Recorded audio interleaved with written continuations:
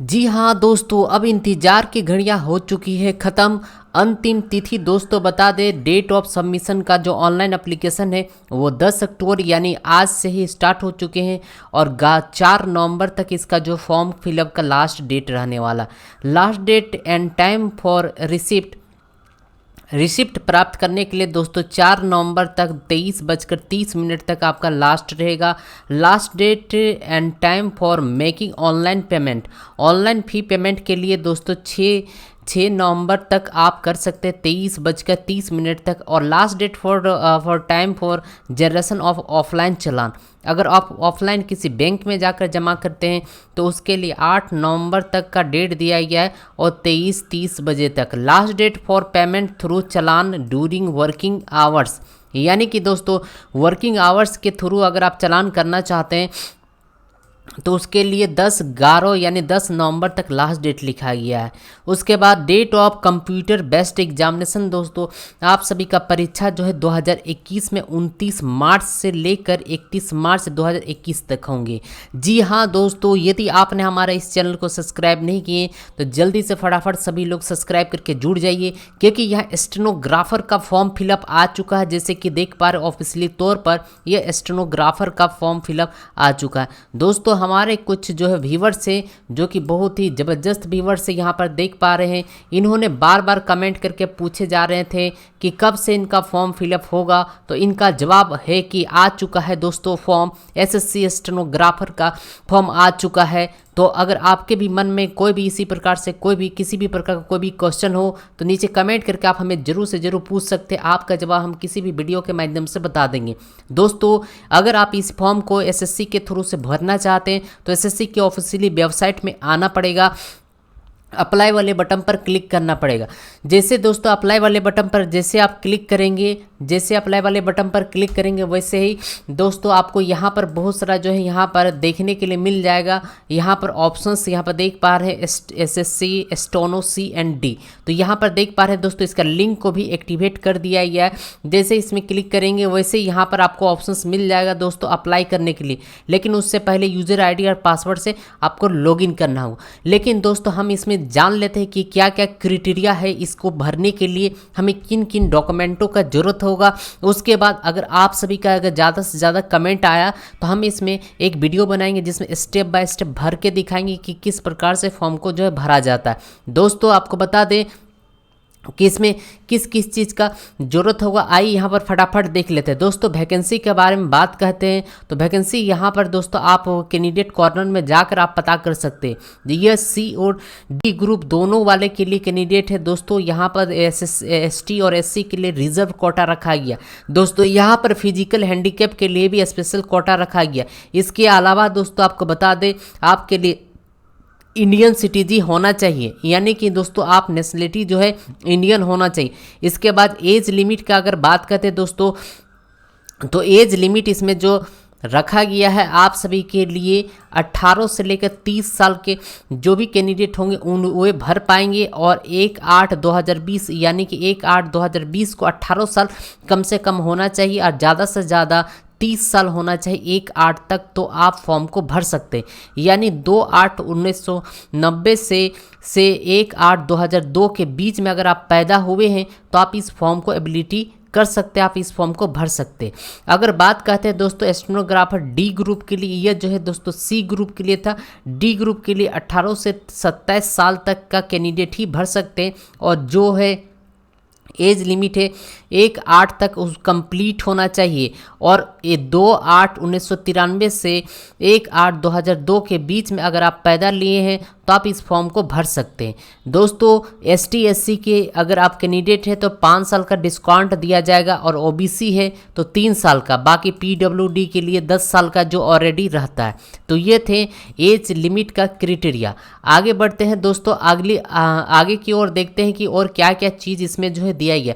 पूरी का पूरी अपडेट दिखाएंगे दोस्तों। जो लेटेस्ट अपडेट है उसी के विषय में हम यहाँ पर बात करेंगे, जो इम्पोर्टेंट है उसी के विषय में, क्योंकि यहाँ पर दोस्तों अगर आप ज़्यादा जानकारी के लिए आप इग्नू के आप एसएससी के ऑफिशियली वेबसाइट में जाकर दोस्तों आप यहाँ से डाउनलोड कर सकते हैं अगर ज़्यादा जानकारी चाहिए तो, क्योंकि यहाँ पर जो इम्पोर्टेंट है उसी के विषय में हम यहाँ पर बात करने वाले हैं। बात करेंगे। तो यहाँ पर दोस्तों चलिए आगे की ओर बढ़ते हैं और अगली जो है इंपॉर्टेंट है दोस्तों एडुकेशन क्वालिफिकेशन। आपका एडुकेशन क्वालिफिकेशन क्या होना चाहिए आपके लिए दोस्तों 1/8/2020 तक आपका सर्टिफिकेट आपके पास होना चाहिए, यानी मस्ट बी 12th पास। अगर आप 12th पास का कैंडिडेट है तो आप कर सकते हैं, या 12th में इक्विवेलेंट है यानी कि दोस्तों 12th का परीक्षा देने वाले तो भी आप इस फॉर्म को अप्लाई कर सकते हैं। यह पहला क्राइटेरिया यहाँ पर दिया गया, तो इसको जो अगर फुलफिल करते हैं तो दोस्तों आप इसको आराम से आसानी से भर सकते हैं। इसके बाद दोस्तों आपके पास स्टेनोग्राफर का अगर सीखे हुए, अगर स्टेनोग्राफर मतलब होता है शॉर्ट हैंड, अगर दोस्तों शॉर्ट हैंड सीखे हैं तो आप इस फॉर्म को आसानी से भर सकते हैं। इस बात को ध्यान रखिएगा। अगर आप नहीं जानते हैं स्टेनोग्राफर तो आप नीचे कमेंट लिखिएगा। स्टेनोग्राफर का हम स्पेशल क्लास लाएंगे जिसमें हम स्टेप बाय स्टेप सिखाएंगे कि स्टेनोग्राफर किस प्रकार से बनते हैं। दोस्तों इसको सबसे पहला बात कि हाउ टू अप्लाई, इस फॉर्म को किस प्रकार से अप्लाई कर सकते हैं। अप्लाई करने के लिए एसएससी की ऑफिशियली वेबसाइट में जाने के बाद यहाँ पर 3 और 4 वाले फॉर्म को आपको अप्लाई करने, और इसके साथ साथ दोस्तों 3A और 4A वाले फॉर्म को भी अप्लाई करने। अगर बात कहते हैं दोस्तों फ़ोटो के बारे में, तो यहाँ पर फ़ोटो के बारे में भी यहाँ पर लिखा हुआ कि आपको किस टाइप से फ़ोटो देना है। तो एप्लीकेशन फॉर्म दोस्तों आपका जेपीजी फॉर्मेट में होना चाहिए, आपका फ़ोटो पासपोर्ट साइज में होना चाहिए और 20 से लेकर 50 KB के बीच में होना चाहिए। इस बात को ध्यान रखिएगा।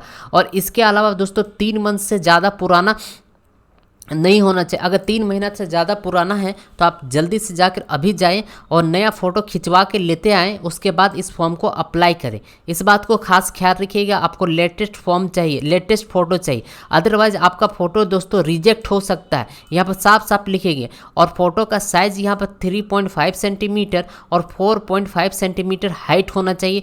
इस चीज़ को ध्यान रखिएगा। Last date and time submission के लिए आपको ऊपर में ही बता दिए 4/11 यानी 4 नवंबर तक आपका लास्ट डेट रहेगा।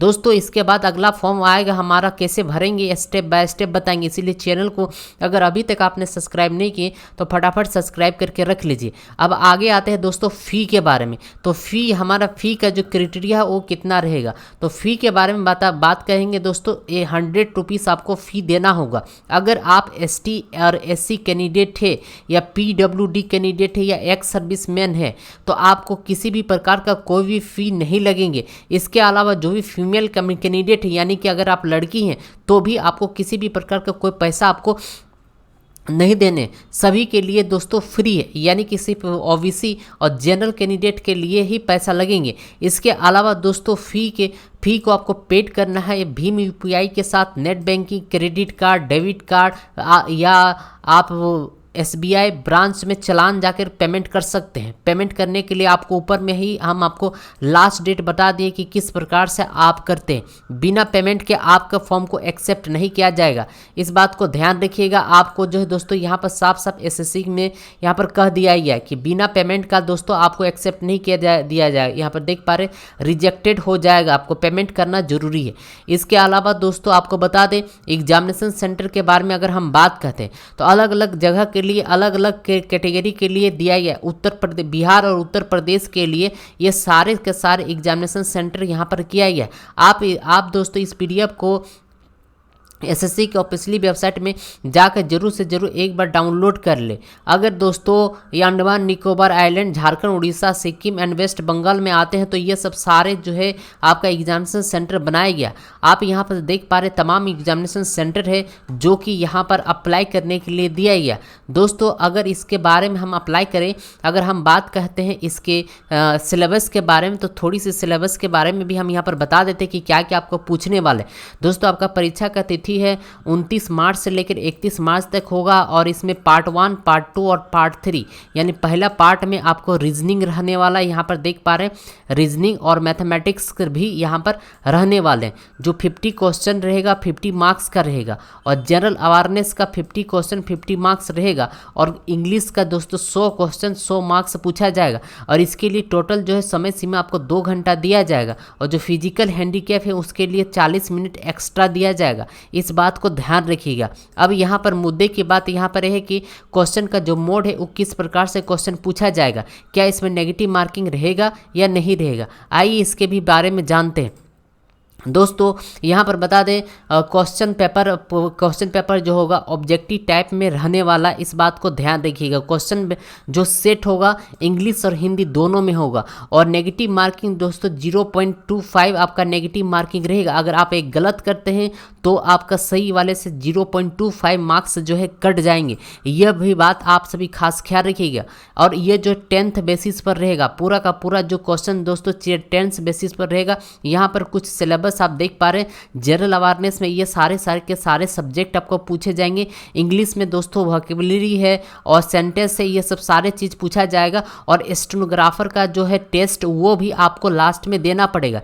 स्टेनोग्राफर का टेस्ट के लिए दोस्तों ग्रुप डी के लिए इंग्लिश में 50 टाइम दिया जाएगा, 70 का टाइम दिया जाएगा।